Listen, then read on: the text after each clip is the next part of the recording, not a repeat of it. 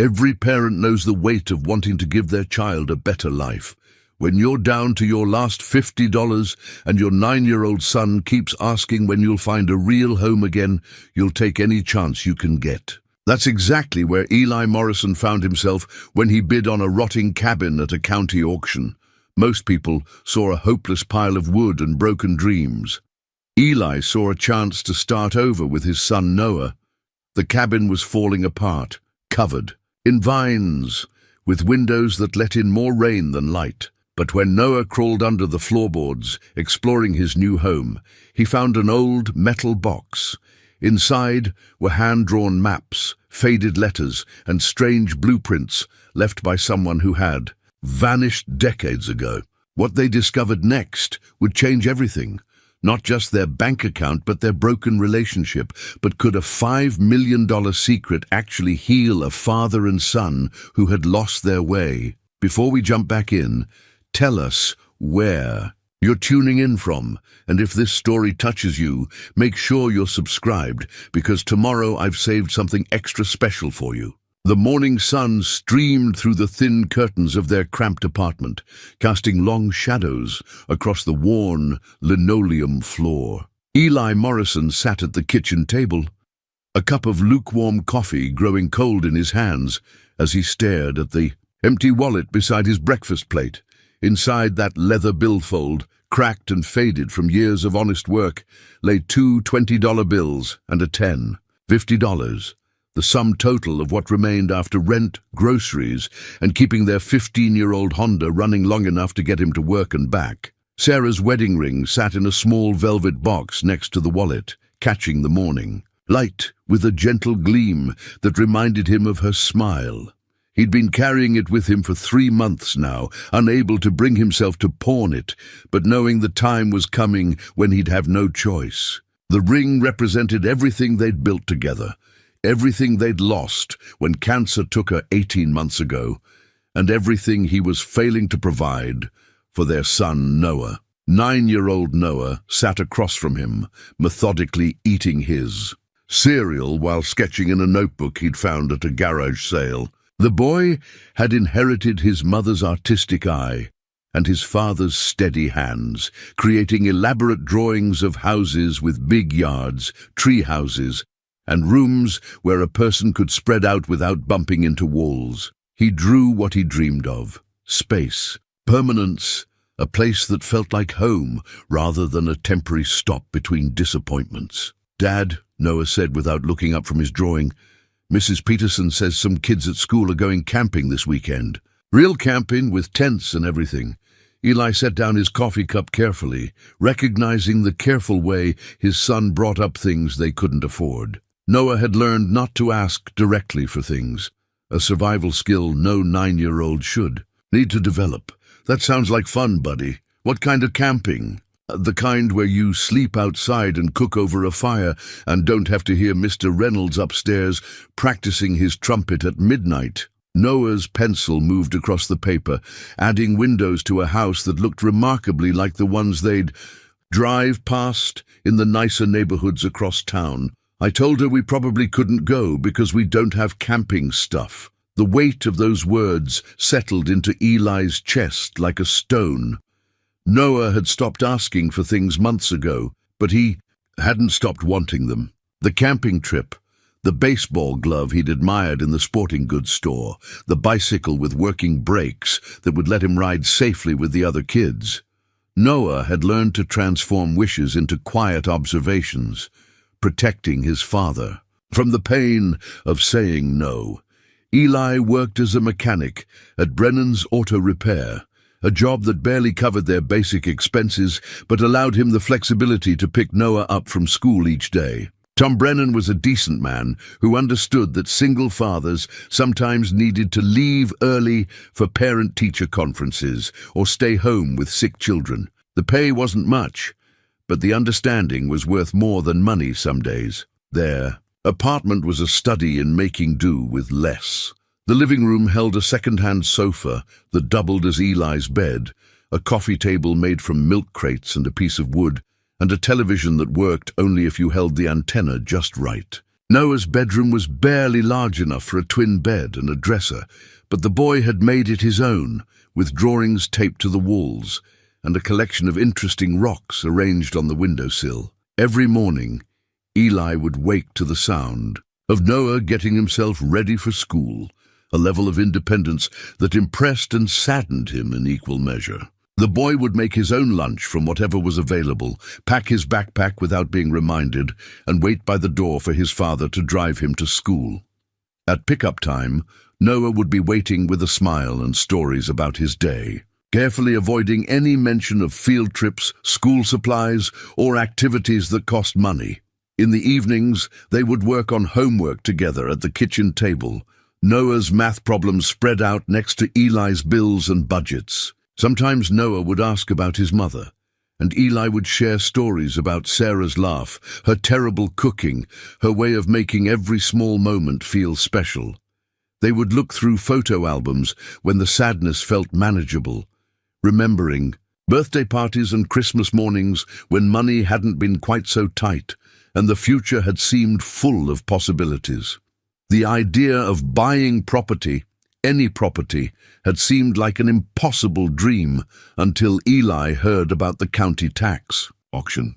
Properties with unpaid taxes would be sold to the highest bidder, sometimes for remarkably small amounts. He'd driven by the courthouse several times, watching other people bid on land and buildings, wondering what it would feel like to own something, to have a place where no landlord could raise the rent or force them to move. On a whim born of desperation and hope, he'd picked up the auction list from the county clerk's office. Most of the properties were far beyond his means. Houses worth tens of thousands of dollars with back taxes in the thousands. But near the bottom of the list he found it. A cabin on 2 acres of wooded land, back taxes of $50, minimum bid of $50. The property description was brief and not encouraging. Structure in severe disrepair, no utilities. Connected access road in poor condition, but it was land, it was ownership.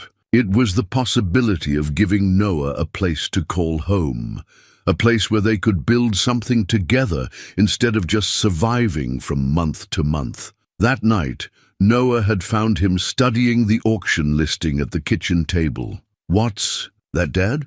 "Just something I'm thinking about, buddy. Remember how you're always drawing houses with big yards?"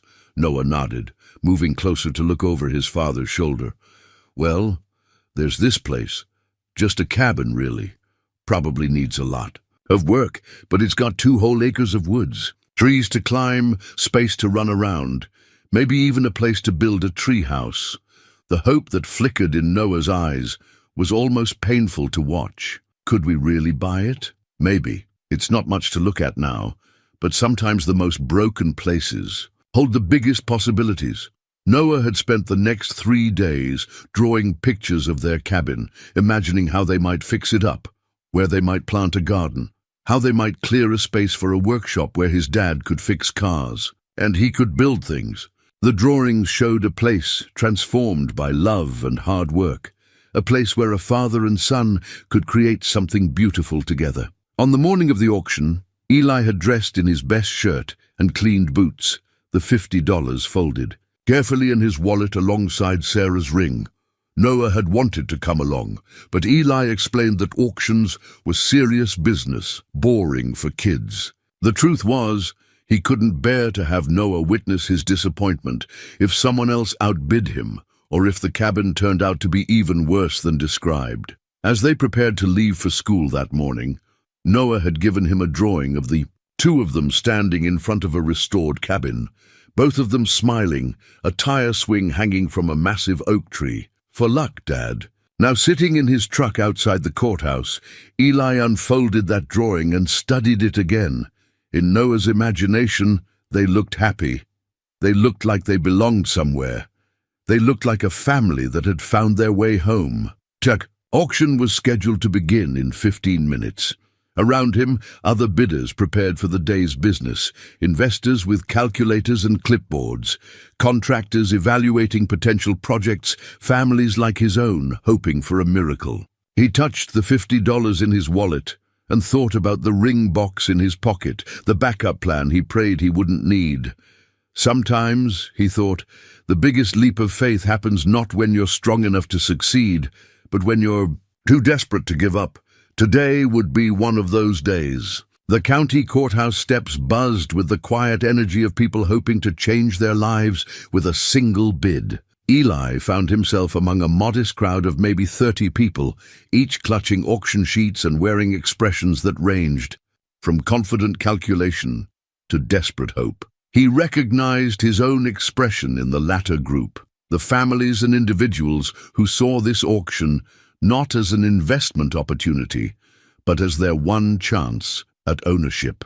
The auctioneer, a weathered man named Carl Hendricks, who'd been conducting these sales for 15 years, climbed onto a makeshift platform with a portable microphone. His voice crackled to life, cutting through the morning air with the practiced rhythm of someone who understood that behind every bid was someone's dream or someone's last resort. Ladies and gentlemen, we'll be starting with the commercial properties and working our way down to the residential and rural listings. Please have your bidder numbers ready, and remember that all sales are final, cash or certified check only. Eli's property was number 47 on a list of 52. He watched as houses, empty lots, and small commercial buildings went to investors with deep pockets and quick decisions. A gas station with environmental issues sold for $12,000. A house with foundation problems went for $8,000.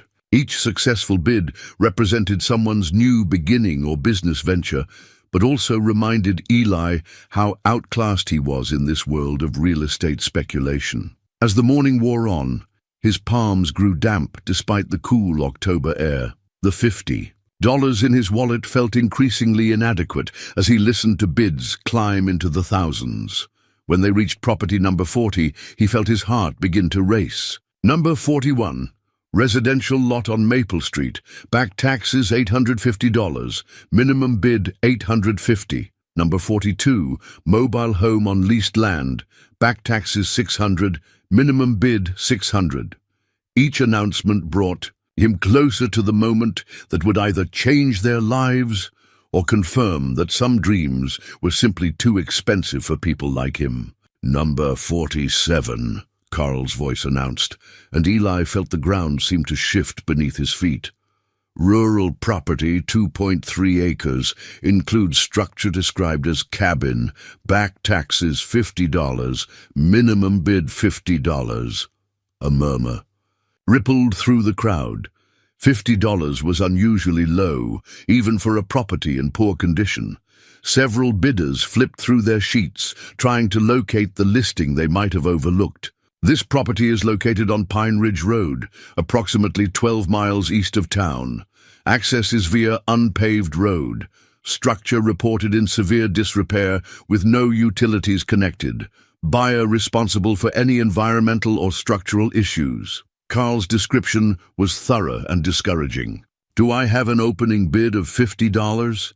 Eli's hand trembled as he raised it. His bidder number, 63, felt heavy in his grip. I have 50 from bidder 63. Do I have 75? The seconds stretched like hours. Eli scanned the crowd, expecting someone to raise their hand to outbid him with casual ease. But the other bidders were consulting their papers, many shaking their heads.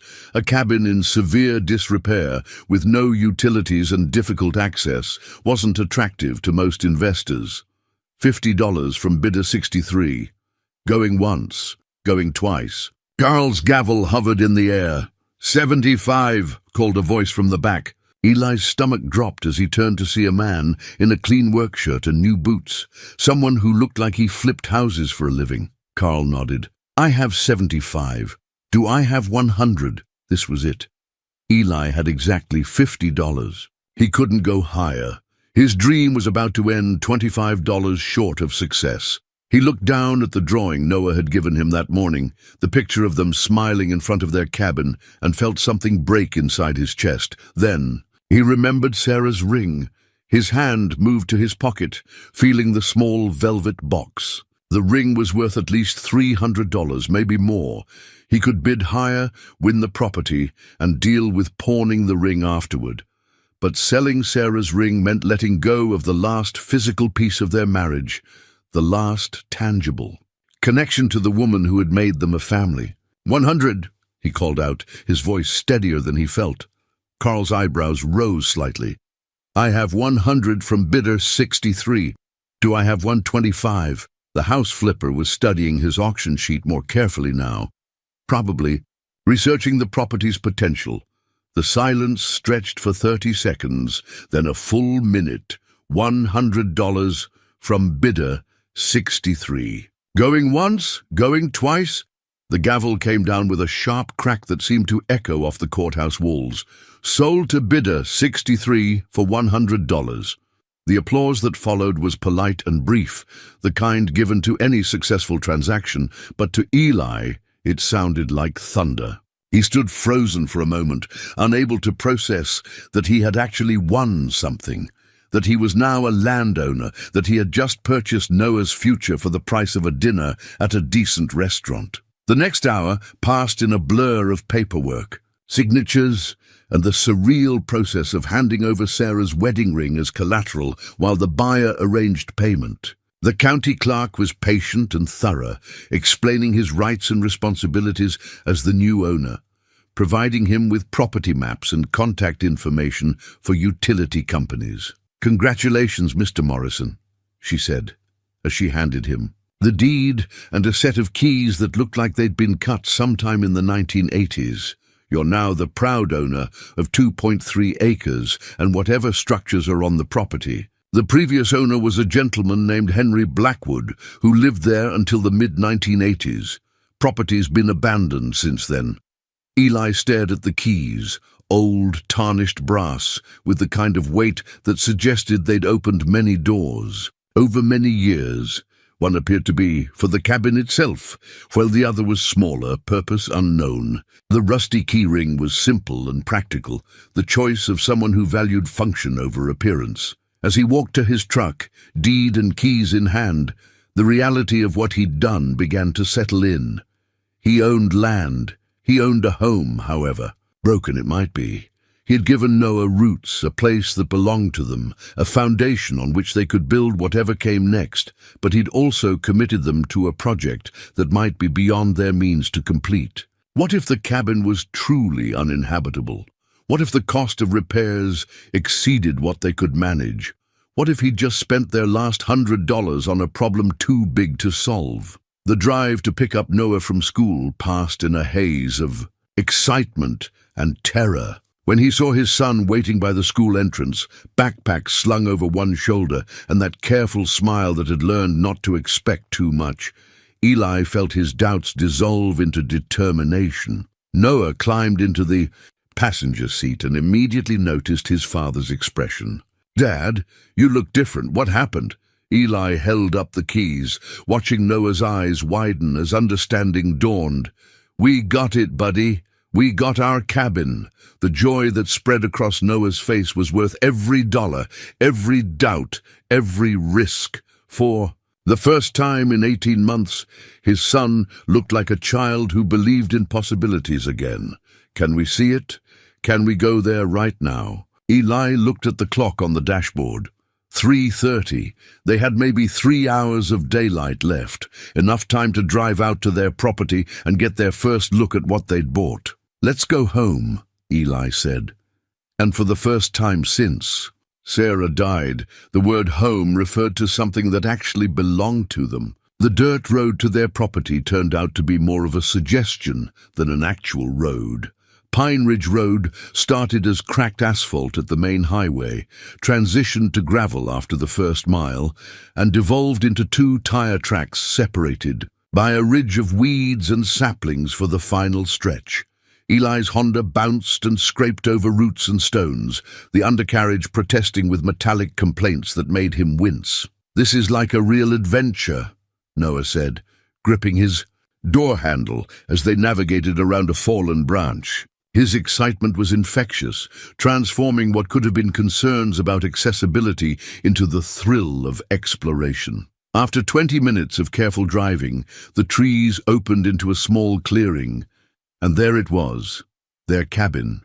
Eli stopped the truck and both of them sat in silence, taking in their first real look at what they'd bought. The structure stood like a forgotten memory in the center of the clearing, partially hidden by 20 years of aggressive vine growth. What had once been a modest log cabin now appeared to be wearing a green sweater of ivy, Virginia creeper, and wild grape vines that had claimed the walls, roof, and most of the windows. The front porch sagged at one corner where a support post had rotted through, and several roof shingles had surrendered to time and weather, leaving dark patches that promised leaks. But it was theirs. Noah was the first to speak. "It's bigger than I thought it would be."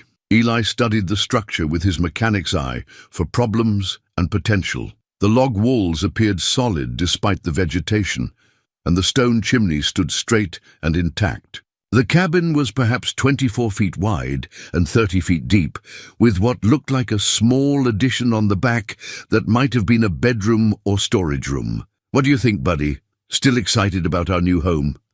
Noah opened his door and stepped out, his sneakers crunching on fallen leaves and twigs. "It's perfect, Dad. It just needs some help." They approached the front porch cautiously, testing the floorboards before putting their full weight down. The wood was weathered, grey but felt solid beneath their feet. Eli fitted the larger brass key into the front door lock, surprised when it turned easily despite its age. The door swung open with a groan of hinges that hadn't moved in years, revealing the interior of their cabin. Afternoon sunlight slanted through gaps in the vegetation covering the windows, creating a green-filtered twilight that made everything seem underwater. The main room was larger than their apartment's living room, with a stone fireplace dominating one wall and built-in shelves flanking it on both sides. The wooden floors were warped in places where rain had leaked through the roof, but they appeared to be solid hardwood beneath the dust and debris. A small kitchen occupied the back corner, with cabinets that had weathered the years better than expected, and a window that would offer a view of the woods once the vines were cleared. "Look, Dad," Noah said, pointing to the back of the main room. "There's stairs." A narrow staircase led to what must be a loft area, though the upper level was too dark to see clearly. To the right of the stairs, a doorway led to the addition they'd seen from outside. Noah was already exploring, his footsteps echoing in the empty space. He peered into the back room and called out, "There's another bedroom back here, and it has its own window." Eli moved through the space slowly, mentally cataloguing the work they'd need to do. Clear the vines, repair the roof, check the foundation, install electricity and plumbing. When he listed it that way, the project seemed overwhelming, but standing in the filtered light of their own cabin, breathing air that smelled of old wood and growing things, the work felt like possibility rather than burden. "Dad, come here," Noah called from near the fireplace. He was kneeling beside the built-in shelves, running his hands along the wood grain. "Some of these boards are loose." Eli joined his son and examined the shelving. Sure enough, several of the shelf boards could be lifted out, revealing gaps where smaller items might have been stored. As Noah lifted one of the longer boards, something crackled beneath it. "There's paper stuck under here," Noah said, working the board free carefully. What emerged were several sheets of aged paper, yellowed at the edges and covered with handwriting in faded blue ink. The pages appeared to be journal entries dated from the mid-1980s, and written in a careful, educated hand. Eli held the pages up to catch the filtered light coming through the windows and read the first entry aloud. March 15th, 1987. The work is nearly complete. 23 years of research, and I believe I have finally solved the fundamental problems that have plagued the field since Tesla's early experiments. The applications are extraordinary, but I fear the implications if this knowledge falls into the wrong hands. I have decided to document everything and secure it properly. If something happens to me, perhaps someday the right person will find it and understand what needs to be done. Noah moved closer to his father as Eli continued reading. The government. Men came by again today. They are persistent, these people who want to classify my work, to lock it away in some vault where it will benefit no one. They offer contracts and veiled threats in equal measure. I have told them nothing, but I know they will not give up easily. I am not a young man anymore, and I cannot run forever. The handwriting was that of someone educated and thoughtful, but there was an urgency in the later entries that suggested growing pressure. "Who do you think wrote this?" Noah asked. "Someone named Henry," Eli said, remembering what the county clerk had told him. "Henry Blackwood. He used to live here." They spent the next hour exploring the cabin more thoroughly, Noah's excitement growing with each discovery. In the back bedroom, they found built-in drawers that still contained a few items: old clothing, a pair of reading glasses, a small toolkit that looked well used but carefully maintained. The loft area proved to be a single room with slanted ceilings and windows on both ends. It would make a perfect bedroom for Noah, with views of the forest canopy, and enough space for a desk where he could draw and do homework. As the afternoon sun began to slant lower through the trees, they sat on the front porch steps, sharing a package of crackers Eli had brought from the truck. The clearing around their cabin was larger than it had first appeared, with mature oak and maple trees providing a natural border. Through the trees, they could glimpse what might be a stream or creek. "So what do you think, Noah? Is this the kind of place you imagined when you were drawing those pictures?" Noah leaned against his father's shoulder, a gesture of contentment that had become rare since Sarah's death. "It's better, Dad. In my drawings, it was just me and you, but this place feels like it has stories, like it's been waiting for us." Eli looked at the weathered pages in his hands, thinking about the man who had written those journal entries, who had lived in this cabin and worked on something important enough that people had pursued him for it. Henry Blackwood had been alone here at the end, but he'd left traces of his life, fragments of his story, that somehow made the cabin feel less abandoned and more like a home waiting to be reclaimed. As they drove back toward town in the gathering dusk, Noah was already making plans for the cleanup work they could start that weekend. They would need basic tools, cleaning supplies, and tarps to cover areas where the roof was compromised. The work would be hard, but they would do it together. The first time since Sarah died, Eli felt like they were moving towards something, instead of just trying to survive each day. The cabin was broken, but it was theirs to fix. The work ahead was daunting, but it was work with purpose, work that would create something lasting for both of them. The weathered journal pages lay on the dashboard between them. Henry Blackwood's words, a reminder that their cabin held more than just shelter. It held secrets, stories, and perhaps the promise that even the most broken places could be transformed by the right hands and the right heart. Saturday morning arrived with the crisp promise of October, and Noah was awake before dawn, his excitement about their first full day of work on the cabin making sleep impossible. Eli found him at the kitchen table, eating cereal while sketching. "Detailed plans for clearing vines and organizing tools.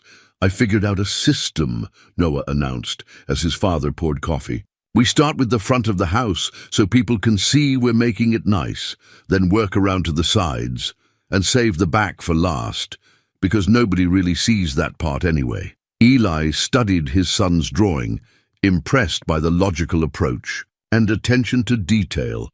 "That's smart thinking, buddy. What about the inside?" "That's phase 2, Noah said with the seriousness of a project manager. "First, we make the outside look good.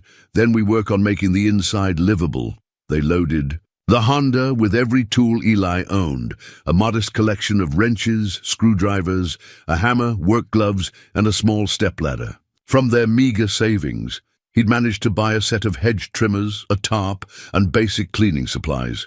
It wasn't much for a complete cabin restoration, but it was enough to begin. The drive out to Pine Ridge Road felt different in daylight. The forest around them alive with fall colors and the sounds of birds and small animals going about their morning routines. When they reached their clearing, the cabin looked more hopeful in the golden morning light, as if it were ready to shed its shroud of neglect and return to life. Noah attacked the vine removal with the enthusiasm of someone half his age, carefully, untangling Virginia creeper from around the front windows, while Eli worked on the heavier growth covering the porch roof. The work was satisfying in a way that surprised them both.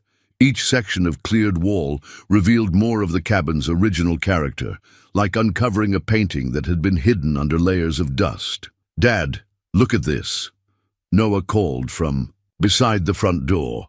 He had cleared enough vines to reveal a small wooden plaque mounted beside the entrance. The wood was weathered, but the carved letters were still readable. "Blackwood, 1962. Henry built this place himself," Eli said, running his fingers over the carved letters. 25 years old when he started.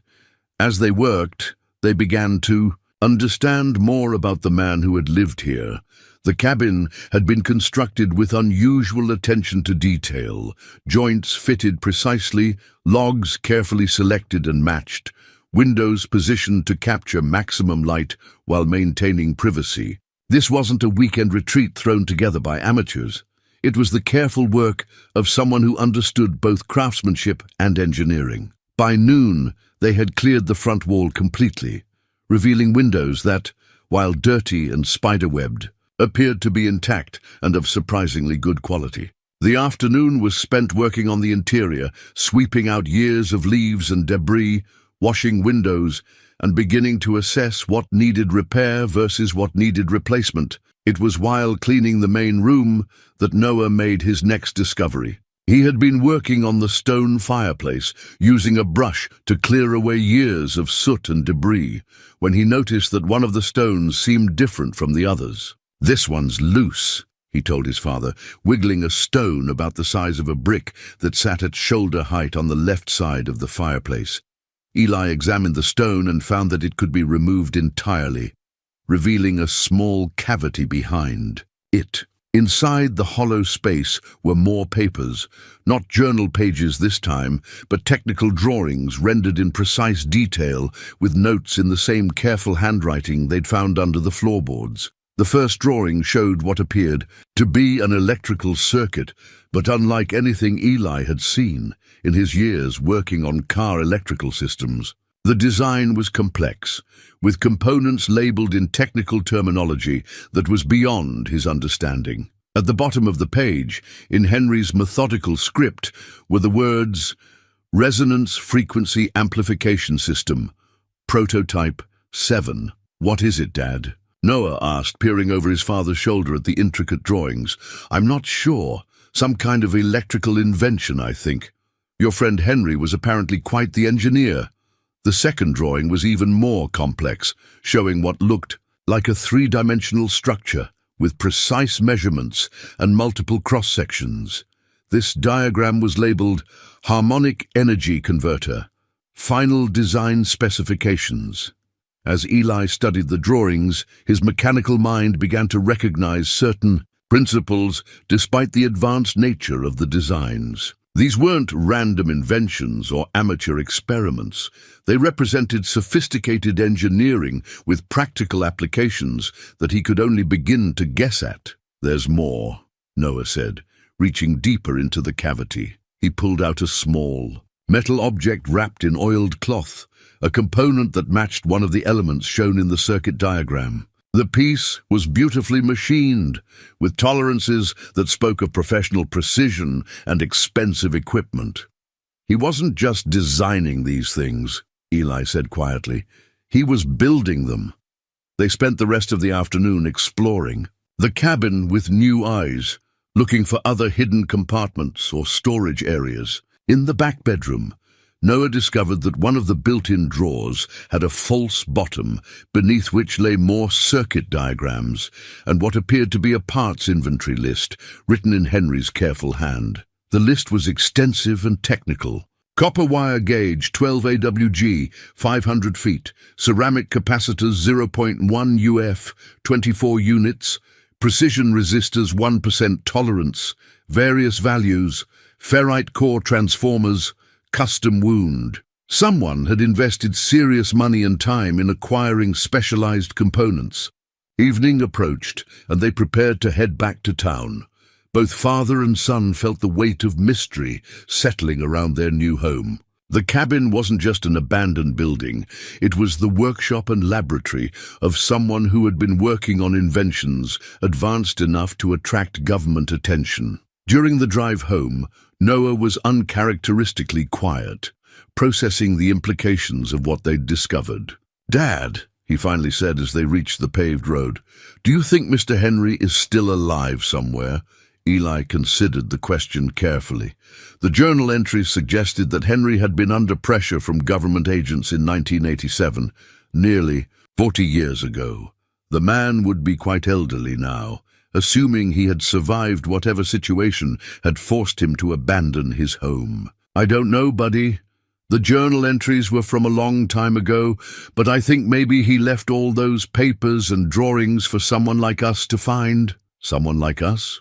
People who would appreciate the cabin, who would take care of it, and maybe understand that his work was important. As they pulled into the parking lot of their apartment complex, Noah turned to look back in the direction they'd come from, toward the woods where their cabin waited in the darkness. "I think he picked us, Dad. I think somehow he knew we would be the ones to find his stuff and take care of his house." Eli looked at his son's serious expression and felt a chill that had nothing to do with the October evening air, because as impossible as it seemed, he was beginning to think Noah might be right. Their third weekend at the cabin began with Noah making the most significant discovery yet. While Eli worked on replacing damaged roof shingles, his son had volunteered to clean out the crawl space beneath the main floor, a task that had seemed simple enough until Noah's excited shout brought his father scrambling down from the roof. "Dad, you have to see this. There's a whole box of stuff down here." Eli crawled into the cramped space beneath the cabin, his flashlight beam joining Noah's, to illuminate a metal strongbox that had been wedged between the floor joists in the far corner. The box was about the size of a small suitcase, made of heavy steel with a combination lock that looked both sturdy and old. Getting the box out required removing a section of lattice skirting from the outside of the cabin. But once they had it in the daylight, both father and son stared at it with a mixture of excitement and apprehension. The metal was slightly corroded but intact, and whatever was inside had been protected from moisture and time. "Should we try to open it?" Noah asked. Eli examined the combination lock. 3 wheels, numbers 0 through 9 on each. That meant 1,000 possible combinations, assuming they had to try them all. But something told him that Henry Blackwood wouldn't have chosen a random number. "Let's think about this logically," he said. "If you were hiding something important, what numbers would you use for the combination?" Noah studied the box thoughtfully. "Maybe his birthday, or the year he built the cabin." They tried 1962, the year carved on the plaque by the front door. Nothing. They tried various combinations of numbers they'd seen in the journal entries. Still nothing. It was Noah who suggested they look more carefully at the technical drawings they'd already found.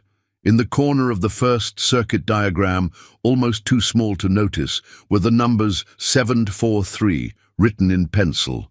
The lock opened with 3 satisfying clicks. Inside the box, wrapped in waterproof plastic, were treasures that made their previous discoveries seem like preview of a much larger story. The first item was a hand-drawn map of their property, but far more detailed than anything the county had provided. This map showed not just the boundaries of their 2 acres, but topographical features, underground water sources, and several locations marked with cryptic symbols. Beneath the map were more technical drawings, but these were different from what they'd found before. These diagrams showed complete systems rather than individual components, with notations that suggested working prototypes had been built and tested. Most intriguing of all was a vintage compass, not the plastic kind used for camping, but a precision instrument made of brass and steel, with a weighted needle that moved smoothly and accurately, despite its apparent age. The compass was engraved with the initials HB and a date, 1965. "This is beautiful," Noah said, turning the compass in. his hands and watching the needle adjust to magnetic north. It's like something from a pirate movie. Eli was studying the map, comparing the symbols marked on it to their actual surroundings. One symbol, located about 50 yards behind the cabin near what the map indicated was a natural spring, caught his attention. It looked like a combination of geometric shapes that didn't match any standard surveying notation he'd ever seen. "What do you think these marks mean?" he asked, showing Noah the various symbols scattered across the map. Noah examined the markings. With the intense concentration he usually reserved for his artwork, they looked like a treasure map, like someone buried things in different places around our property. The more Eli studied the map, the more he had to agree with his son's assessment. The symbols weren't random. They appeared to be deliberately placed to mark specific locations, and several of them had numbers beside them that might indicate some kind of sequence or priority. Armed with the compass and map, they spent the afternoon exploring areas of their property they hadn't yet investigated. The land was more varied than they'd realized, with rolling hills, a year-round creek, and several natural clearings that would be perfect for gardens or workshop space. The symbol marked closest to the cabin led them to what appeared to be a natural spring feeding into their creek. The water ran clear and cold, forming a small pool before continuing downstream. But it was what they found near the spring that made them both stop and stare.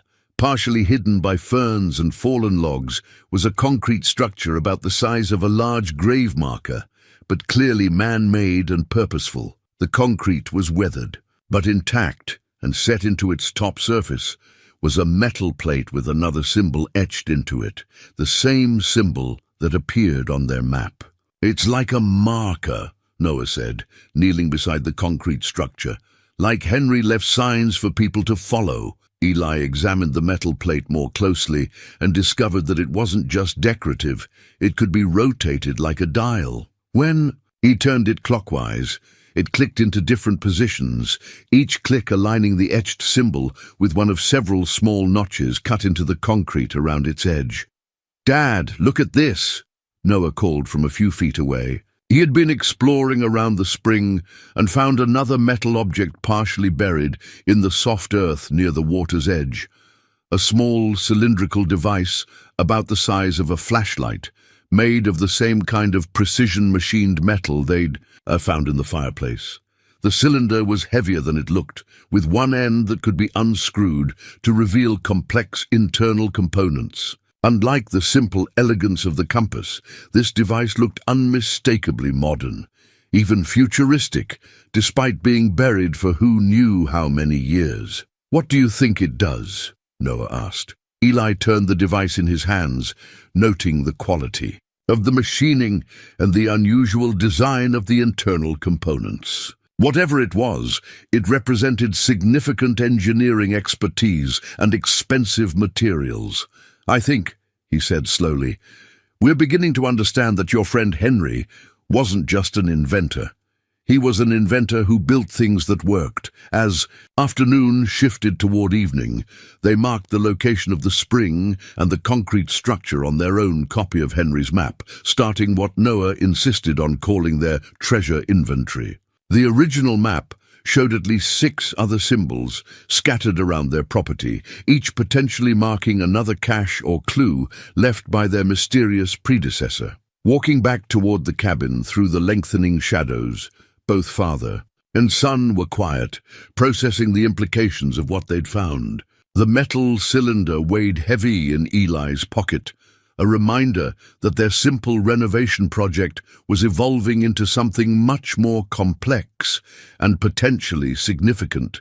"Dad," Noah said as they approached their cabin, "do you think we should tell anyone about this stuff?" It was a question Eli had been asking himself all afternoon. The journal entries suggested that Henry had been hiding from people who wanted to control his work. If those same people or their successors were still around, revealing Henry's secrets might bring unwanted attention to their quiet property and their simple dream of building a home together. "I think," Eli said carefully, "that for now, this should be our secret. Henry trusted someone to find his work and take care of it. Maybe that someone is us." Noah nodded solemnly, understanding the weight of the responsibility they'd inherited along with their property. As they prepared to head back to town, Eli took one last look at their cabin, now partially cleared of vines and looking more like a home with each weekend's work. But it was also becoming something else, a repository of secrets, a testament to one man's lifetime of innovation, and perhaps the key to understanding something far more valuable than either of them had imagined when they'd made that desperate bid at the county auction. The compass in Noah's pocket pointed steadily north, but Eli had the feeling their true direction was still being determined by forces they didn't yet understand. Eli had to admire the ingenuity.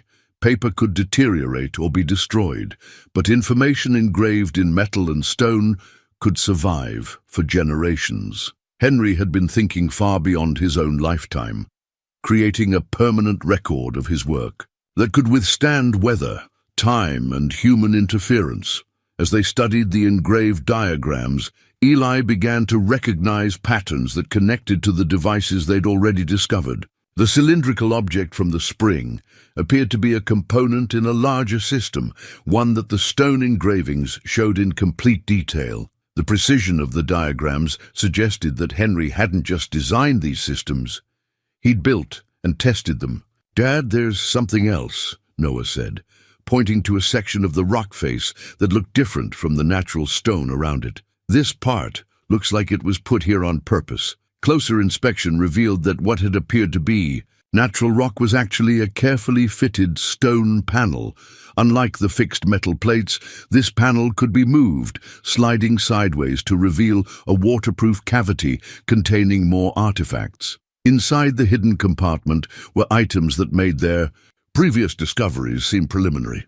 The first was another technical manual, this one bound in leather and filled with diagrams that were clearly the work of a mature engineer at the height of his abilities. The second was a collection of small metal objects, each precisely machined, and corresponding to components shown in the manual's diagrams.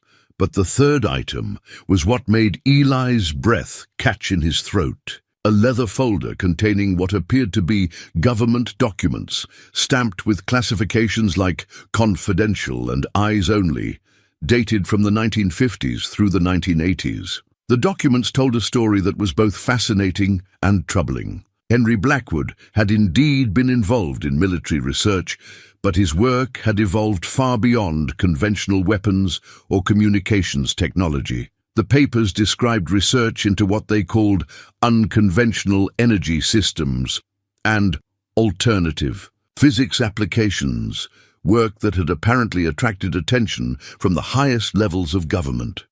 One document, dated 1983, was particularly revealing. It was a letter from someone identified only as Director, Special Projects Division, offering Henry a substantial contract to continue his research under government oversight. The tone was polite but insistent, with phrases like national security, implications, and controlled development environment. Henry's response, attached to the letter, was equally polite but firm in its refusal. He cited concerns about weaponization of civilian energy technology and restriction of beneficial applications for private use.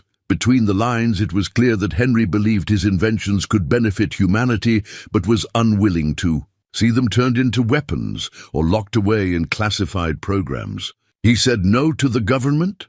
Noah asked, reading over his father's shoulder with the careful attention he gave to any story with clear good guys and bad guys. "He said no to people who wanted to control his work," Eli explained.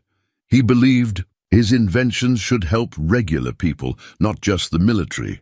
The final document in the folder was dated just 2 months before Henry's last journal entry. It was an official notice informing him that his research had been classified as vital to national security, and that continued independent work would be considered a violation of federal law. The message was clear: stop working or face prosecution. Now, they understood why Henry had hidden his work so carefully and why he'd eventually abandoned his cabin. He'd been forced to choose between surrendering his life's work to government control or disappearing entirely. He'd chosen to disappear, but not before carefully preserving everything he'd learned for someone who might someday continue what he'd started. As evening approached and they prepared to head back to town, both father and son were quiet, processing the weight of what they'd inherited. They weren't just restoring an abandoned cabin, they were the guardians of scientific knowledge that someone had considered valuable enough to hide from the most powerful institutions in the country. During the drive back, Noah broke the silence with the kind of direct question that children ask when adults are overcomplicating things. "Dad, do you think the government people are still looking for Henry's stuff?" It was a question Eli had been trying not to think about. The documents were decades old, but institutions like the one described in Henry's papers didn't simply forget about projects they'd once considered vital to national security. If Henry's work was as advanced as it appeared to be, there might still be people interested in acquiring it. "I don't know, buddy, but I think we need to be careful about who we tell about this." Noah nodded seriously. "It's like we're the secret keepers now." "That's exactly what we are," Eli agreed. "Henry trusted someone to find his work and decide what to do with it. That someone turned out to be us." As they pulled into their apartment, complex, Eli made a decision that would have seemed impossible just a few weeks earlier.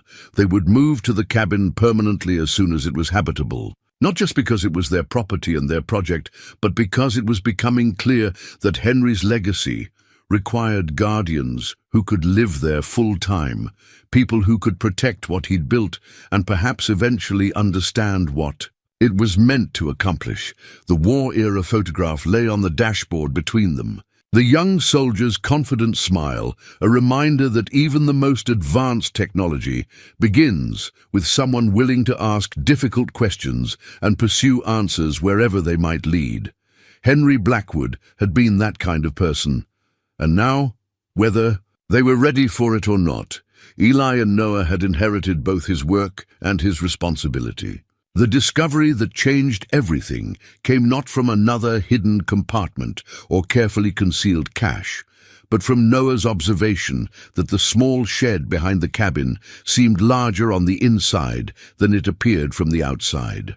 "Dad, this doesn't make sense," Noah said, standing inside the weathered outbuilding with his arms spread wide. "When I pace it off inside, it's like 12 steps wide, but when I walk around the outside, it's only 8 steps. Eli had been replacing the shed's roof, but Noah's comment made him climb down from his ladder to investigate. His son was right. The interior dimensions didn't match the exterior footprint. Either his measuring was off, or there was space inside the shed that wasn't accounted for in its apparent structure. A more careful examination revealed that what appeared to be the back wall of the shed was actually a carefully constructed false wall. The wood grain matched perfectly, and the construction was so seamless that only direct measurement would reveal the deception. But when Eli pressed against a particular section of the wall, it moved inward, revealing it to be a hidden door. Behind the false wall lay Henry Blackwood's real workshop. The hidden laboratory was larger than the main room of their cabin, carved into the hillside behind the shed and reinforced with concrete and steel.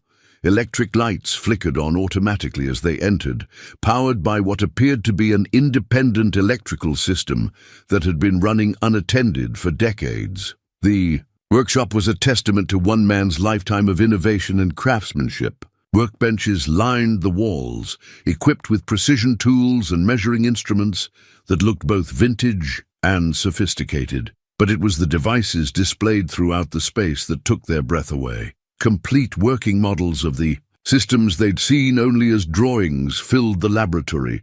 A device about the size of a refrigerator hummed quietly in one corner, its purpose unknown, but its complex construction suggesting advanced engineering. Smaller units sat on workbenches, some partially disassembled, as if Henry had been in the middle of modifications when he'd been forced to leave.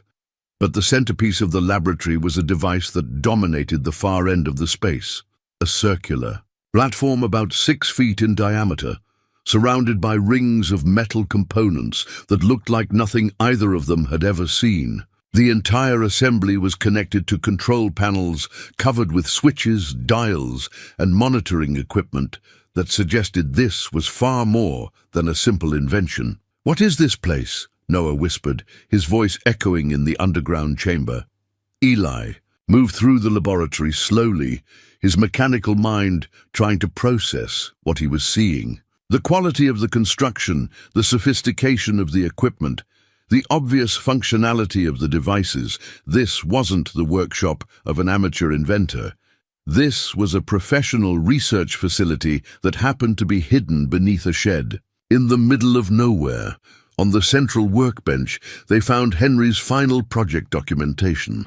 Unlike the scattered notes and diagrams they'd discovered elsewhere, these documents were complete technical manuals with step-by-step assembly, instructions, testing protocols, and operational specifications. The cover page of the first manual bore a title that made Eli's hands shake as he read it aloud: Practical Energy Generation Through Harmonic Resonance, a complete system for unlimited clean power. The implications hit him like a physical blow. Henry hadn't just been working on interesting engineering projects. He'd been developing technology that could revolutionize energy production. The devices filling this laboratory represented solutions to problems that the world's largest corporations and brightest scientists were still struggling to solve. Noah had found another manual titled Gravitational Field Manipulation, Theoretical Principles and Practical Applications. Even without understanding the technical details, both father and son could grasp the magnitude of what they were looking at. "Dad," Noah said quietly, "are these the inventions that the government people wanted?" Eli nodded, understanding now why Henry had been under such pressure, why he'd hidden his work so carefully, and why he'd ultimately been forced to disappear. The technology in this laboratory wasn't just valuable, it was world-changing. In the wrong hands, it could be weaponized. In the right hands, it could solve energy crises and transform human civilization. But the most shocking discovery was still to come. As they explored deeper into the laboratory, they found living quarters, a small but comfortable apartment carved into the hillside behind the workshop. The space included a bedroom, a basic kitchen, and a study lined with technical books and journals. And in that study, seated at a desk as if he'd just stepped away for a moment, was evidence that Henry Blackwood might not be as vanished as everyone believed. The desk held recent newspapers, not from the 1980s, but from just a few months ago. A coffee cup sat beside a notebook filled with fresh handwriting in Henry's familiar script. The final entry was dated just 2 weeks before Eli's successful bid at the county auction. "The new owner will arrive soon. I have watched and waited, and I believe I have chosen correctly. The father is honest and capable. The son is bright and curious. They will understand what needs to be done. It is time for me to step back and let them discover what I have built. If they prove worthy of the trust I am placing in them, I will reveal myself when the moment is right." The realization that Henry Blackwood was not only alive but had been watching them, had somehow orchestrated their discovery of the property, left both father and son stunned into silence. Everything they had attributed to luck or fate had apparently been carefully planned by someone who had been evaluating them from a distance. "He's been watching us," Noah said, his voice barely above a whisper. Eli looked around the laboratory with new eyes, understanding now that their renovation project had been observed and guided from the beginning. Henry had wanted them to find. His work gradually to prove themselves capable of understanding and protecting what he'd built.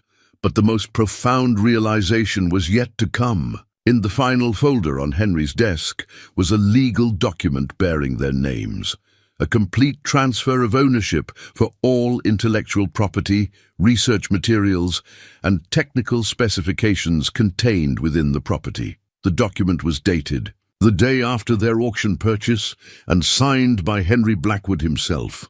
They weren't just the new owners of a cabin and 2 acres of land.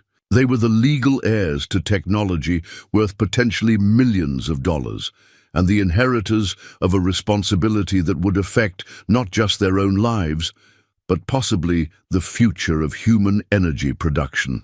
The sealed laboratory key lay beside the transfer documents, its brass surface polished to a shine that suggested recent handling. Henry had been here, in this room, preparing for their arrival and planning for the moment when they would discover the full extent of what they'd inherited. As they stood in the humming laboratory, surrounded by devices that represented decades of innovative work, both father and son understood that their simple dream of owning a home had evolved into something far more complex and significant. They were no longer just renovating a cabin. They were the guardians of scientific knowledge. That could change the world. The question now was whether they were ready for the responsibility Henry Blackwood had chosen them to carry. The letter was waiting for them on the kitchen table of their apartment when they returned from the cabin that evening, though neither of them remembered leaving any windows or doors unlocked. The envelope bore no postmark, no return address, just their names written in Henry's familiar handwriting. Inside, on cream-colored paper that felt expensive beneath their fingers, was an invitation that would force them to confront the full reality of what they'd inherited. Dear Eli and Noah, now you have discovered the laboratory and understand the significance of what has been placed in your care. I've watched you work on the cabin with patience and dedication, and I have seen how you protect each discovery while seeking to understand its purpose. You have proven yourselves to be exactly the kind of people I hoped would eventually find this place. The time has come for us to meet properly. Tomorrow evening at sunset, please come to the clearing by the natural spring where you found the first marker. I will be waiting there with explanations, legal documentation, and most importantly, the final piece of information you need to make an informed decision about whether you wish to accept the responsibility I am offering. What I have built in that laboratory represents 30 years of my life's work. The devices you have seen are functional and tested. They produce clean energy using principles that conventional science is only beginning to understand. In the right hands, this technology could provide abundant power for communities around the world. In the wrong hands, it could be weaponized or suppressed by interests that profit from scarcity. I am 78 years old now, and I cannot continue to guard this work alone. I need successors who understand both its potential and its dangers. Based on what I have observed, I believe you may be those people. If you choose not to accept this responsibility, I will understand completely, and arrangements have been made to ensure the technology remains safely hidden. But if you are willing to learn and to help me share this knowledge with the world in a responsible way, then tomorrow we begin a partnership that will change both your lives and potentially the lives of millions of others. Until tomorrow, Henry. Blackwood. Noah read the letter twice before looking up at his father, with eyes wide with excitement and apprehension. He's really alive, and he wants to meet us. Eli studied the letter, his mind racing through implications and possibilities. Meeting Henry would answer the questions that had been accumulating since their first discovery, but it would also commit them to a path they couldn't fully understand yet. What do you think, buddy? Are you ready to meet the man who built our cabin? Noah nodded without hesitation. I want to know everything. I want to understand what all those machines do and why. They're so important. That night, Eli lay awake on their second-hand sofa, staring at the ceiling and thinking about the choice they were facing. A month ago, his biggest concern had been making rent and keeping their car running. Now, he was being asked to become the guardian of technology that could revolutionize energy production and change the balance of global power. The practical challenges alone seemed overwhelming. How does someone protect and responsibly develop technology worth millions of dollars while living paycheck to paycheck? How do you ensure that revolutionary inventions reach people who need them, rather than being acquired by corporations that might suppress them? How do you distinguish between legitimate researchers and government agents who might want to classify the work? But beneath his anxiety lay a growing sense of purpose that he hadn't felt since Sarah's death. The restoration work on the cabin had given him and Noah a shared project, but this was something far more significant. The opportunity to be part of something that could help people, that could leave the world better than they'd found it. The next day passed with unusual slowness. Eli found it difficult to concentrate on his work at the auto shop, his mind constantly returning to the meeting that awaited them that evening. Noah was equally distracted at school, his teacher noting later that he'd spent most of the day staring out the window and sketching what looked like technical diagrams in his notebook margins. They arrived at the cabin an hour before sunset, both of them nervous about the encounter ahead. The clearing by the spring looked exactly as it had during their previous visits, but the knowledge that Henry Blackwood was somewhere nearby, waiting to reveal himself after decades of hiding, charged the familiar setting with new significance. As the sun began its descent toward the horizon, a figure emerged from the trees on the far side of the clearing. Henry Blackwood looked exactly as Eli had imagined him, tall and lean, with silver hair and intelligent eyes, moving with the careful precision of someone accustomed to working with delicate equipment. He wore practical clothes, suitable for outdoor work, and his handshake when he approached them was firm and warm. "Eli, Noah," he said, his voice carrying the slight formality of someone from an earlier generation. "Thank you for coming. I apologize for the secrecy, but I needed to be certain you were the right people before revealing myself." Noah, who had been uncharacteristically quiet during the walk to the spring, found his voice first. "Did you really build all those machines by yourself?" Henry smiled, the expression transforming his serious features into something grandfatherly and approachable. "I did indeed, Noah, and if you're willing to learn, I'd like to teach you how they work and why they matter." For the next 2 hours, as daylight faded into twilight, Henry shared the story of his life's work. He'd begun his career in military research, developing communications and radar technology during and after World War II. But his interests had gradually shifted toward understanding energy itself, how it moved, how it could be harnessed, and how conventional approaches to power generation were limited by incomplete understanding of fundamental physics. "The devices in my laboratory work on principles that most scientists would say are impossible," Henry explained. "They extract energy from what appears to be empty space, using resonance effects that amplify small inputs into large outputs. The mathematics are complex, but the basic concept is simple. There is energy everywhere around us, and we can learn to tap into it without burning fuel or producing waste." He showed them operational models of his smallest devices, units about the size of a car battery, that could power a house indefinitely without any external fuel source. The implications were staggering.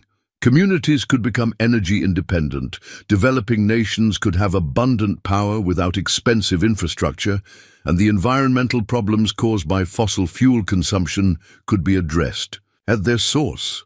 "Why haven't you shared this with the world already?" Eli asked. Henry's expression grew serious. "Because the world isn't ready for free energy, at least not in the way most people understand readiness. The economic disruption would be enormous. Entire industries would become obsolete overnight, and the military applications—" He paused, considering his words. "Let's just say that technology this powerful requires very careful handling." As full darkness settled around them, Henry outlined his proposal. He would teach them everything he knew, transfer complete legal ownership of his work to them, and help them establish a foundation dedicated to responsible development and distribution of the technology. But they would need to understand that accepting this legacy meant accepting risks that went far beyond normal business ventures. "There will be people who want to acquire this technology for purposes you wouldn't approve of," Henry warned. "There will be others who want to suppress it to protect their own interests. You would need to be very careful about who you trust and how quickly you move to make this knowledge public. The final piece of Henry's proposal was both the most generous and the most daunting. He had spent decades not just developing the technology, but accumulating the resources needed to bring it to market responsibly. Through careful investment of his patents and consulting income, he had built a fund worth over $5 million, specifically designated for technology development and distribution. "The money is yours if you accept the responsibility that comes with it," Henry said. "But understand that this is not wealth in the conventional sense. Every dollar is designated for the work, for making this technology available to communities that need it most." As they walked back toward the cabin through the darkness, all three of them were quiet, processing the magnitude of what had been offered and what would be required in return. For Eli and Noah, the decision would transform their lives completely. For Henry, it represented the culmination of 30 years of patient preparation for this moment. Standing on the porch of their cabin, looking up at stars that seemed brighter and more numerous than usual, Noah broke the silence with the directness that had characterized all his important questions. "Mr. Henry, if we say yes, does that mean we can help make sure everyone has enough electricity and heat and things like that?" Henry nodded. "That's exactly what it means, Noah. We would be working to make energy abundant and clean for everyone who needs it." Noah looked at his father, his expression serious but determined. "Then I think we should say yes, Dad. I think this is what we're supposed to do." Eli looked at his son, then at Henry, then back at the cabin that had started as their desperate attempt at home ownership and had become the center of something far more significant than he'd ever imagined possible. The choice would change everything about their lives, but it would also give them the opportunity to be part of something that could change everything about the world. "Yes," he said quietly, "we accept." The legal transfer took place 3 days. Later, in the office of Margaret Chen, an attorney in the state capital who specialized in intellectual property and technology transfers. Henry had chosen her carefully. She understood both the technical complexity of what was being transferred and the need for absolute confidentiality in handling revolutionary innovations. Margaret's office was filled with the kind of mahogany, furniture and leather-bound law books that suggested both competence and discretion. But it was the stack of documents on her conference table that held everyone's attention. Patent applications, transfer agreements, foundation bylaws, and financial account authorizations that collectively represented the formal transition of Henry's life's work to new guardians. "Mr. Morrison," Margaret began, her voice carrying the careful precision of someone who understood she was facilitating something unprecedented, "I need to ensure you fully understand what you're accepting. Responsibility for the technology described in these patents has applications that extend far beyond simple energy generation. The economic implications alone could affect global markets in ways that are difficult to predict." Eli nodded, Noah beside him taking careful notes in a composition book he'd brought specifically for recording important information about their new responsibilities. Over the past 3 days, Henry had provided them with intensive education about his inventions, their capabilities, and the challenges they would face in bringing the technology to practical application. The financial component was both overwhelming and liberating. The $5 million Henry was transferring wasn't just money. It was freedom from the day-to-day survival concerns that had dominated their lives for the past 18 months. But more importantly, it was capital specifically designated for research, development, and the establishment of production facilities that could manufacture Henry's devices for communities around the world. "The foundation structure I've established," Henry explained to both Margaret and his successors, "ensures that this technology will be developed for humanitarian purposes rather than maximum profit. The goal is to make clean, abundant energy available to everyone who needs it, starting with communities that currently lack reliable power sources. Margaret reviewed each document carefully, explaining the legal implications and ensuring that Eli understood both his rights and his obligations. Under the various agreements, the most complex document was the Technology Licensing Agreement, which granted Eli complete control over Henry's patents while restricting certain military applications and requiring that basic energy generation systems be made available at cost to qualifying communities. Noah, despite being only 9 years old, had been included as a full participant in the legal proceedings at Henry's insistence. This technology will define his generation's relationship with energy, Henry had argued. He should understand from the beginning what responsibilities come with that inheritance. The boy took his role seriously, asking thoughtful questions about how they would ensure the technology reached people who needed it most, and how they would protect it from being misused by people with harmful intentions. "Mr. Henry," Noah asked during a break in the document review, "how will we know if we're doing this right?" Henry smiled at the question. "The same way you know if you're doing anything right, Noah. You pay attention to whether your actions are helping people or causing harm, and you adjust accordingly." The patent documentation was particularly impressive. Henry had been methodically filing patents for his innovations since the 1960s, but he'd structured the applications in a way that protected the underlying principles while revealing enough detail to establish legal ownership. The result was a portfolio of intellectual property that covered not just his current devices, but the fundamental physics principles that made them possible. "These patents alone are worth millions of dollars," Margaret noted as she reviewed the technical specifications. "But the real value is in the manufacturing knowledge and operational expertise that Mr. Blackwood is transferring along with the legal rights." As the afternoon progressed, the magnitude of what was being accomplished began to settle into everyone's awareness. This wasn't just a business transaction or estate planning. It was the formal establishment of a new approach to energy technology development, one that prioritized humanitarian applications over profit maximization. The final document Margaret presented was perhaps the most significant, a detailed succession plan that outlined how the technology would be protected and continued. If anything happened to Eli, or if he decided he could no longer fulfill his responsibilities as guardian of Henry's work. "I've seen what happens when revolutionary technology gets into the wrong hands or disappears when its creator dies," Henry explained. "This succession plan ensures that the work continues regardless of individual circumstances." As they prepared to sign the final agreements, Margaret asked the question that had been implicit throughout the proceedings. "Mr. Morrison, are you certain you're ready for the responsibility this represents? Once these documents are signed, you'll be the legal owner of technology that could fundamentally change how human civilization approaches energy production."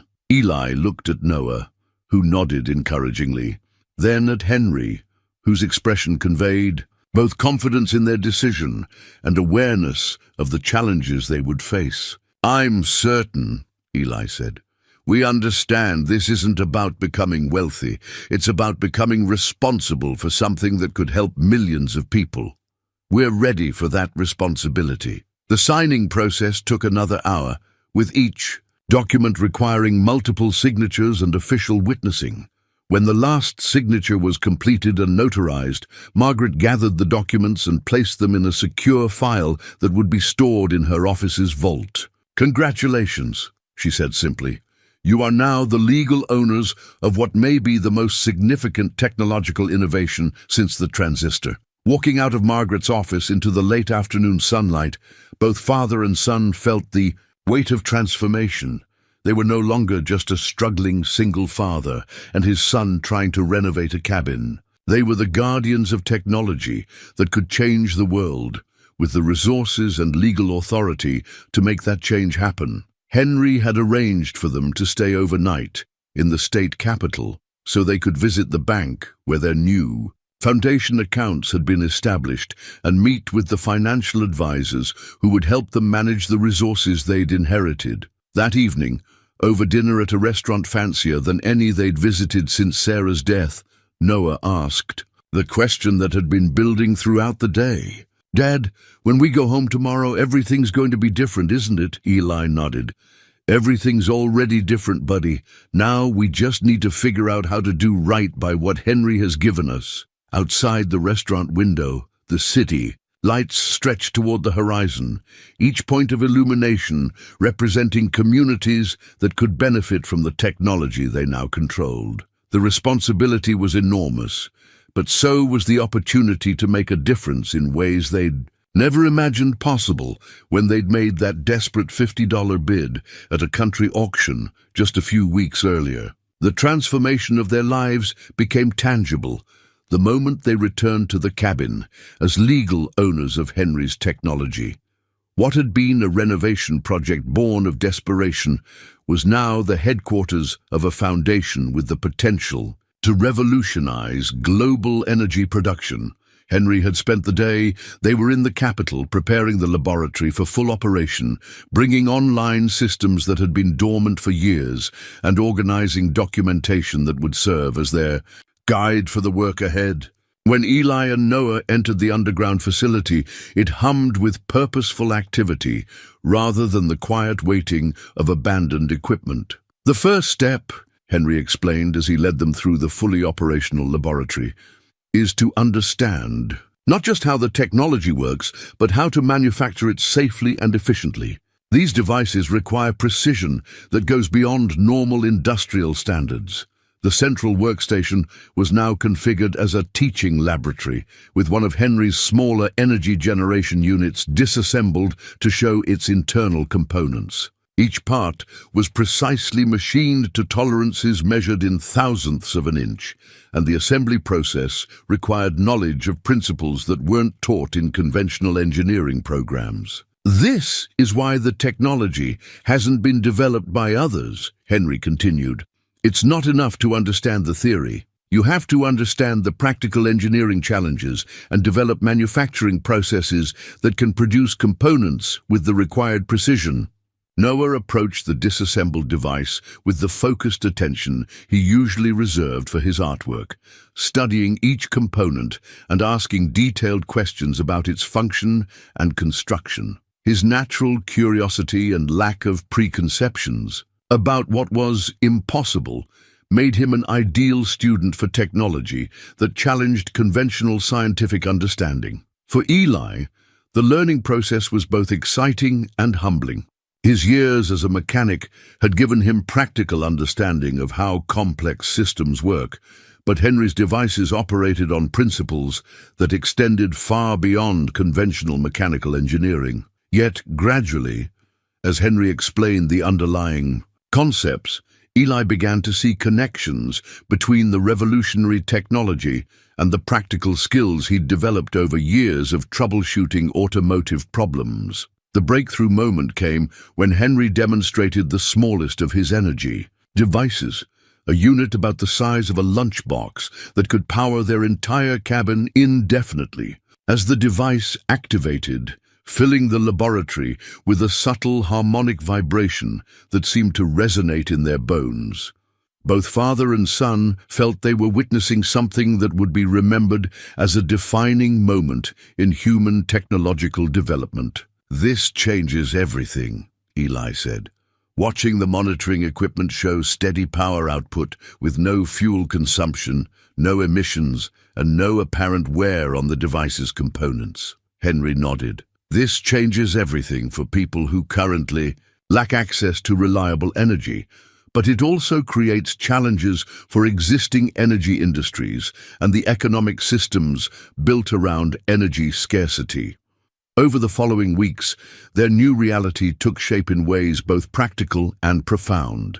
The cabin renovation, which had been proceeding slowly with limited resources, was completed quickly with proper tools and materials. But more importantly, the space was transformed to accommodate their new role as technology developers and guardians. The main cabin became their residence and administrative center, with Henry taking up residence in the back bedroom and serving as their mentor and guide. The laboratory complex was expanded to include manufacturing space where they could produce prototype devices for testing and eventual distribution. Noah's education took on dimensions that no conventional school could provide. His mornings were spent with regular academic subjects, but his afternoons were devoted to learning advanced engineering principles, precision manufacturing techniques, and the ethical frameworks needed to guide technology development that could affect millions of lives. The most profound change was in their relationship as father and son.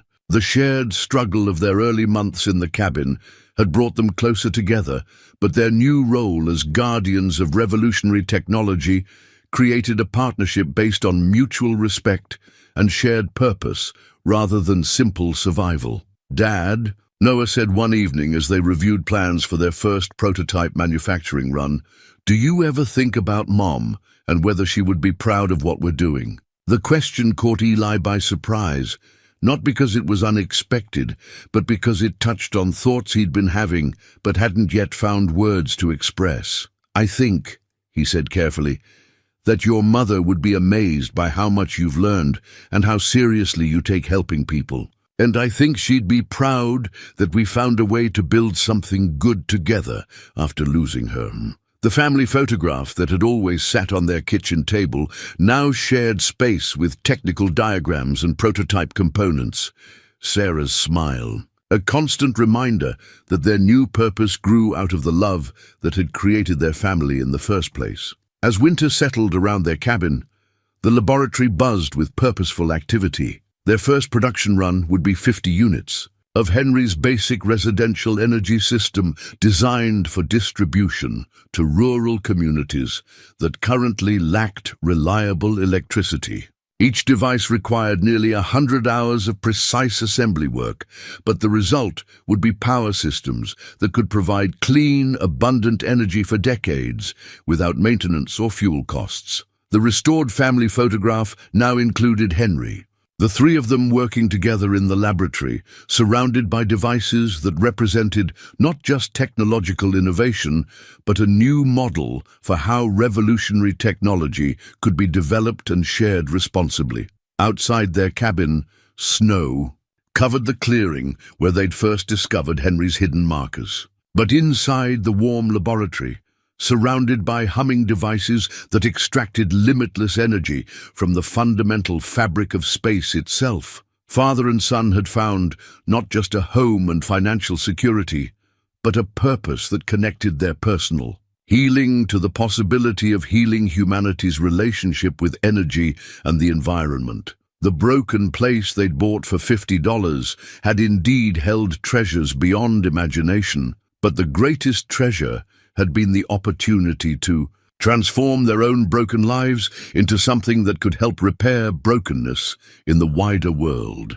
6 months later, the cabin that had seemed like such a desperate gamble stood transformed in ways that went far beyond physical renovation.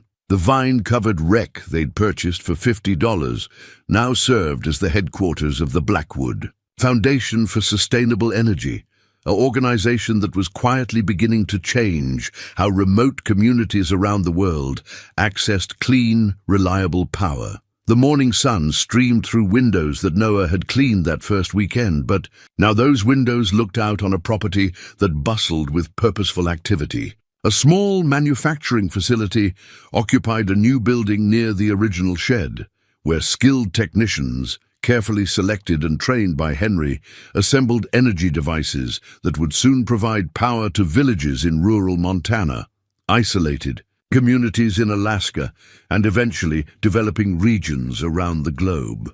Eli stood in the workshop that had been built adjacent to the main cabin, surrounded by the precision tools that had replaced his modest collection of automotive equipment. His new workshop was equipped not just for routine maintenance, but for the development and refinement of technology that operated on principles most engineers would consider impossible. The transformation from struggling mechanic to technology innovator had been gradual but complete, built on the foundation of practical problem-solving skills he'd developed over years of keeping old cars running. Noah, now 10 and finishing his first year of homeschooling, designed around his role as heir to revolutionary technology, had grown into responsibilities that would have seemed impossible for a child his age. His morning was spent on conventional academics, but his afternoon would be devoted to learning advanced manufacturing techniques and the ethical frameworks that guided every decision the Foundation made about technology development and distribution. "Dad, the first shipment is ready," Noah announced as he entered the workshop, his voice carrying the quiet satisfaction of someone who understood the significance of what they were accomplishing. "Mr. Henry says the community in Western Alaska should have power by the end of next month." Eli looked up from the device he'd been calibrating, a residential unit that would provide clean energy for a family in rural Montana, and smiled at his son's matter-of-fact tone. Noah had adapted to their new reality with the resilience that had carried him through the difficult months after his mother's death. But now his resilience was channeled toward building something positive rather than simply surviving loss. The Foundation's approach to technology distribution had been carefully designed to avoid the economic disruption that could result from introducing revolutionary energy systems too quickly. Rather than seeking maximum profit or rapid market penetration, they focused on communities that currently lacked reliable energy access, providing systems at cost and ensuring that local technicians were trained to maintain and repair the devices. Henry, now 79 and officially serving as the Foundation's chief technical advisor, had found new energy in sharing his knowledge with successors who understood both the potential and the responsibilities that came with revolutionary technology. His daily routine included training sessions with Eli and Noah, consultation with the Foundation's small but growing team of engineers, and correspondence with community leaders around the world who were requesting access to the technology. The beautiful thing about this approach, Henry had explained during one of their evening planning sessions, is that we're not trying to replace existing energy systems overnight. We're providing alternatives for people who don't currently have reliable access to power. The technology spreads naturally, based on demonstrated success rather than marketing campaigns. The financial security that had seemed so impossible during their days of $50 budgets was now simply a tool for accomplishing their larger mission. The Foundation's resources allowed them to manufacture devices at cost for qualifying communities, while maintaining sufficient reserves for research and development of new applications. But the most profound transformation was in the relationship between father and son. Their shared struggle to renovate the cabin had brought them closer together, but their collaboration as guardians of technology that could benefit millions had created a partnership based on mutual respect and shared purpose that neither had experienced before. "Do you ever miss the old days?" Noah asked one evening as they worked together on calibrating a new batch of energy devices. "When it was just us trying to fix up the cabin?" Eli considered the question seriously. There had been something appealing about the simplicity of their original project, just two people working together to create a home out of a broken-down building. But their current work, complex and demanding as it was, felt like the natural evolution of what they'd started that first weekend when they'd cleared vines and discovered Henry's hidden journals. "I miss how simple the problem seemed back then," he said, "but I don't miss worrying about rent money or wondering if we'd ever have a real home. And I like knowing that the work we're doing is helping families like ours, people who just need a chance to build something better." Noah nodded, understanding the connection between their personal journey and the broader mission they'd inherited. The cabin renovation had taught them that broken places could be restored with patience and effort.